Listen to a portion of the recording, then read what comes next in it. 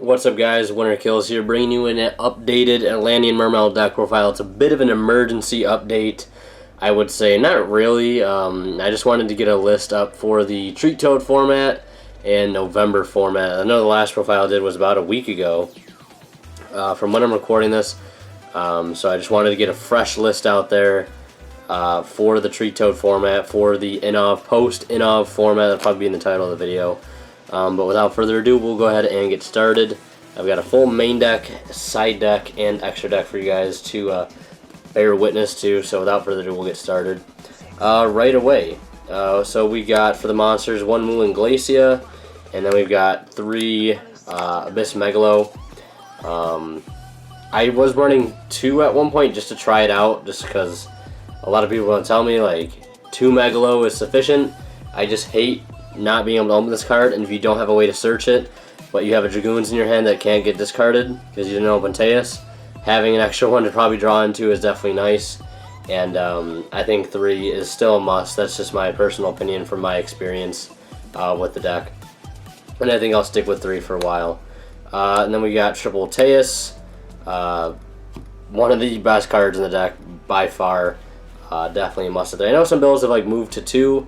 I could see that, but again, like, having the discard outlet is oftentimes so important, and you want to see discard outlet in the form of either Megalo or Teus. I cut lead since I'm not playing Sphere and Lind, but I'm just playing the 1 Pike and the 1 Gun to wrap up the Mermails, and I guess that Moulinglacia there doesn't really count as a Mermail, but that's pretty much it for the Mermails. A lot smaller Mermail engine. And then moving on to the Atlanteans, we got triple Neptabyss, the Atlantean Prince. You gotta play 3 Neptabyss regardless. 2 Dragoons, of course, busted card. 2 Marksman, and 2 Heavy Infantry. One change I do want to end up making in the future is I ordered a 3rd one of these. I'm still waiting for it to come in the mail, so I'll probably cut a Marksman for a 3rd Infantry. That'd probably be the only change I'd make. But right now a 2-and-2 ratio is working just fine. I just really want to try out 3 and 1. And then I play 1 Deep Sea Diva to wrap up that. And since it is Treat Toad format, making rank 4s has never been more important, especially when we're trying to go for Bahamut Shark. So that's why I'm playing 2 copies of Aqua Spirit to help make more rank 4s and make them a lot faster. Then I'm playing 2 Maxx C. Because this card is amazing. It's definitely a go second deck. You want to have this card. A lot of decks actually want to go first now, so you're most like always going to be able to get the chance to go first, or go second, I should say. So having this card in hand going first is always nice, especially since you're at least going to get 1 or 2 draws off it regardless. And then I play 2 Gameciel, 1 Komongous, and 1 Radian. That is right, I'm playing the Kaiju engine, because I really love the Kaiju engine. I was playing Undying Controller. I just don't like that build. It just does not work with me, and I just don't want to play it. Although I do have it at the ready if I do decide to play it again. But right now I'm playing the Kaiju engine, and all these monsters have been working pretty good together. Being able to just blow up the field and summon out Kaijus is always nice, and then just having outs to anything, you know, because there's a Kaiju for that, you know, is always nice. Triple Instant Fusion, game-winning card right here. You definitely need to play this at 3. Double Twin Twister, hitting back row is also still very important. And then double Moray of Greed. You want to definitely be able to get rid of brick hands and draw into better ones. Double Slumber for the Kaiju engine. Raigeki, Upstart, 1-for-1, and Mizuchi for the main deck. That'll wrap up the spells. No traps in this lineup. Gotten it down to finally 0 traps. 40 card build, really liking it.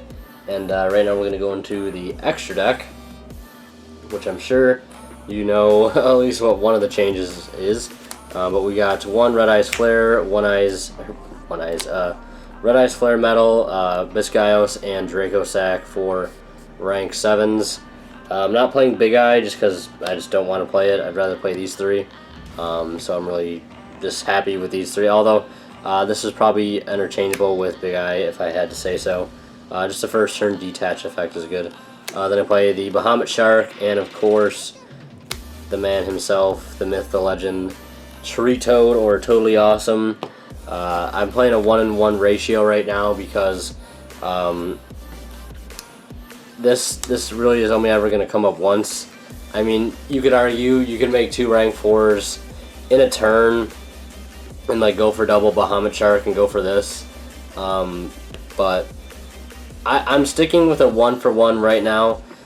If I ever get another Tree Toad, I'll probably try to get 2 Shark and another Toad, because a lot of times, like with the test stands that I've done and just like the boards you make, usually if you have this out and then you summon this usually will get burned off pretty quick with a negation, and then you can recycle it, and usually you can protect your Bahamut Shark with it, so you can end up just summoning the same one out again and using its effect to negate something again. So be able to use this twice is usually commonplace, because you're going to be able to protect it pretty easily, especially if you can open, like I've opened fields where you have this, and Herald of the Arclight, and like a spell negation, or even Gaios on top of that, which is definitely possible with this Gaios and Mizuchi and Herald, so you can protect this thing or your Bahamut Shark a lot. So if this does die, you can just recycle it and then summon out again next turn for your opponent to have to worry about. And then for more rank 4s, we got Abyss Dweller, we've got Castel, and we've got number 37, Hope Woven Spider Shark.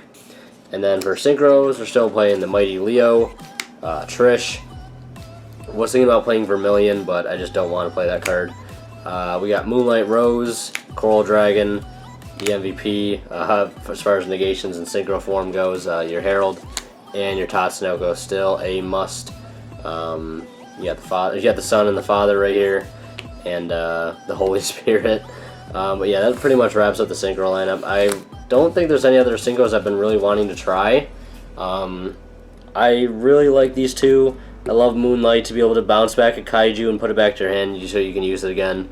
Leo is so good going turn 1, especially if you go Teus and then into Diva. Teus Diva on turn 1 just gives you Leo Moulin and plus anything else. And this is just self-explanatory. You need to play this to make Trish so easy. I don't think there's any other synchros though I want to try. Yeah, that's pretty much it for synchros and Xyz. And then the last one, you could have guessed it, is Norden himself. I'd play 7 of these if I could. This card is absolutely bonkers, and that's all there is to it. So that's it for the extra deck, full 15 card extra deck. We'll move on to the side deck, which is primarily geared towards like ABCs and Blue Eyes and Pendulums, which is probably your main issue this format, which consists of, for the side deck, we have 2 copies of Flying Sea. I think it's a must. It's also good against BA, which doesn't really come up too much, but it is still a threat. So it is nice to have this in here, but definitely for ABC, because if they summon a gadget, you just drop this on them, and then they can't do anything. They can't make their Tsukiyomi, which they usually need to get their play going, by discarding their hand, but this won't let them do that. The third Gameciel, and a Ghost Ogre and Snow Rabbit. I was thinking about like not playing this at all in the side deck and just adding a second Ghost Ogre, but like in certain matchups I just want to have another Kaiju just to be able to call upon, like if I need it, just so I can see it faster, because sometimes those 4 Kaijus and Slumbers aren't enough. But yeah, arguably you could probably play a second Ghost Ogre or a third Flying Sea. I'd probably change that. But yeah, that's it for the monsters in the side deck. No Cycle Reader, I just don't own any. I'd probably play it though. Then I got triple Chalice. This is for going first, I guess, against ABC and a lot of other decks, because you hit the gadget, you hit the Tsukiyomi. Also, it's helpful if you're going second and you know you're playing against like ABC or any rank 4 deck and they're going to make Dweller turn 1. You can just side these in and they go to Dweller you. If they have like a Vanity's Fiend, you just Chalice it and you proceed to win from there. And then I'm playing also 2 System Down for the ABCs, of course. And then next we've got 3 Light Mirror for Blue Eyes and ABC, pretty much standard. And then the last but not least is triple Pendulum Hole. For those of you who don't know what this card does, is absolutely insane against Pendulums, obviously. If they go to Pendulum Summon, any monster that they summon gets shuffled back into the deck, and it is a counter trap, so it is amazing. It doesn't trigger like Metal Foe Counter. because they're not getting destroyed, they're getting put back in the deck, which of course they could like search again, but you know, it's putting back a 5-card Pendulum Summon is going to win you the game, whether or not like you warning it or you send them to the graveyard. And this is obviously free, doesn't cost any life points like a warning, and you can play 3 copies of these. And of course, like I said, they don't have to pay life points for them. They just shuffles everything back into the deck, and you just win from there. So yeah, that's it for the side deck. Extra deck and main deck. We'll go ahead and wrap this profile up. Anyways, guys, I hope you enjoyed my Atlantean Mermail deck profile post INOV. If you did, please give it a like. It would be greatly appreciated. And leave any thoughts or comments, of course, down in the comment section below. I'll definitely be checking them out. I also have a test hand video going up around the same time that this video will. And I'll probably make a note in the description of that video. The only changes from this profile and that list was the addition of 2 Aqua Spirits, which I ended up cutting Salvage and Soul Charge for. So I'll probably let you guys know about that again in the comment sections of that video. So anyways, hope you enjoyed. If you did, like I said, please leave a like. It would be greatly appreciated. As always, guys, the Winner Kills signing out. We'll see you in the next one.